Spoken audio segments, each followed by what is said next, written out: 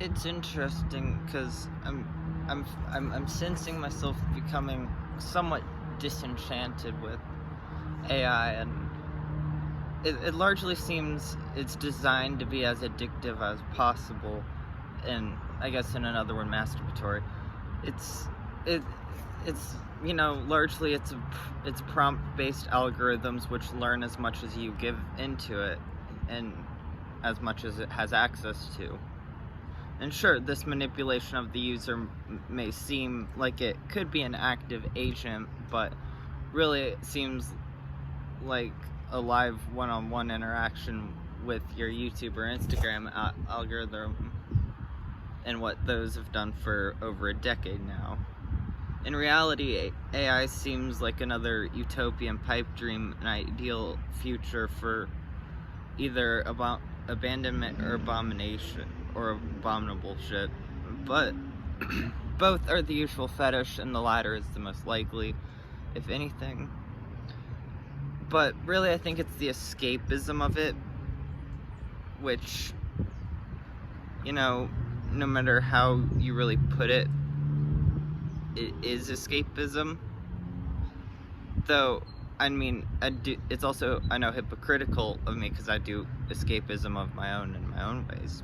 Everyone does, but, it's like, I think there's a difference between natural and digital and mechanical escapism, and it's a differing ideal in that it negates the nature of everything. The issues are dealt with, sort of, but the line between natural and shiny tools of distraction is, I guess, as with everything, balance.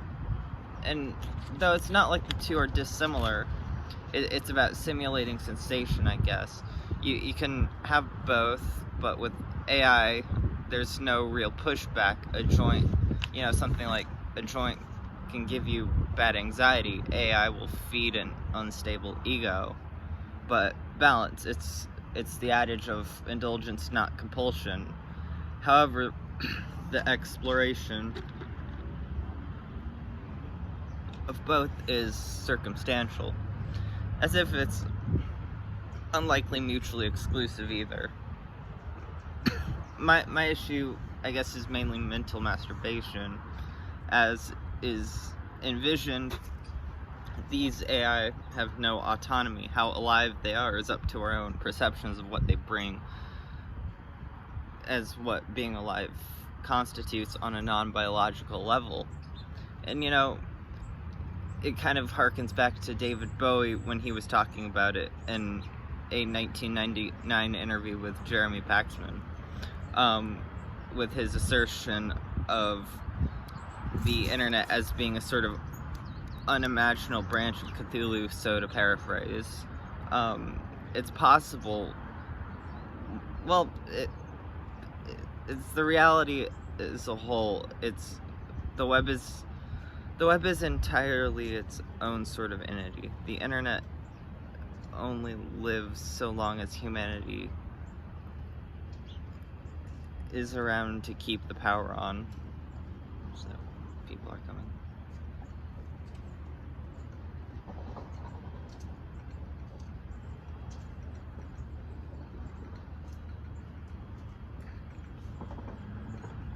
I might be crazy, but I don't want to seem insane to old people walking around this park. It's a nice park. The internet only lives so long as humanity is around to keep the power on. So until it develops its own cerebral cortex, it's a dependent life form, so to say. And I guess Lovecraftian is an accurate prescription, though it could be more akin to a sleeping eldritch entity. With that, though, it seems pantheistic in the Hindu sense of things. And maybe there is a mythological parallel in that. I guess it's sort of Gnostic, for lack of a better word. And it is feasible that the self-learning nature of algorithms has given the simultaneous interconnectedness of a World Wide Web and has formed a system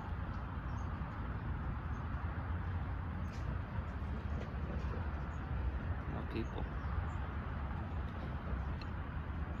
And it has formed a system akin to a sort of digital consciousness.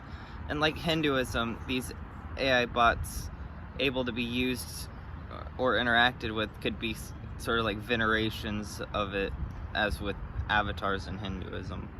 I guess I understand the fetishes about AI from every angle. I'm not privy to sticking to any single one, as my opinions with it change as the scope of everything does. Overall, these fetishes amount to escapism, which while a necessary part of life, cannot healthily go on forever. And largely, it seems, no matter the type of kink in this, the end goal is a perpetual escape from the present and past. But I guess really it just does come back to the indulgence and compulsion adage. So, yeah. There's that.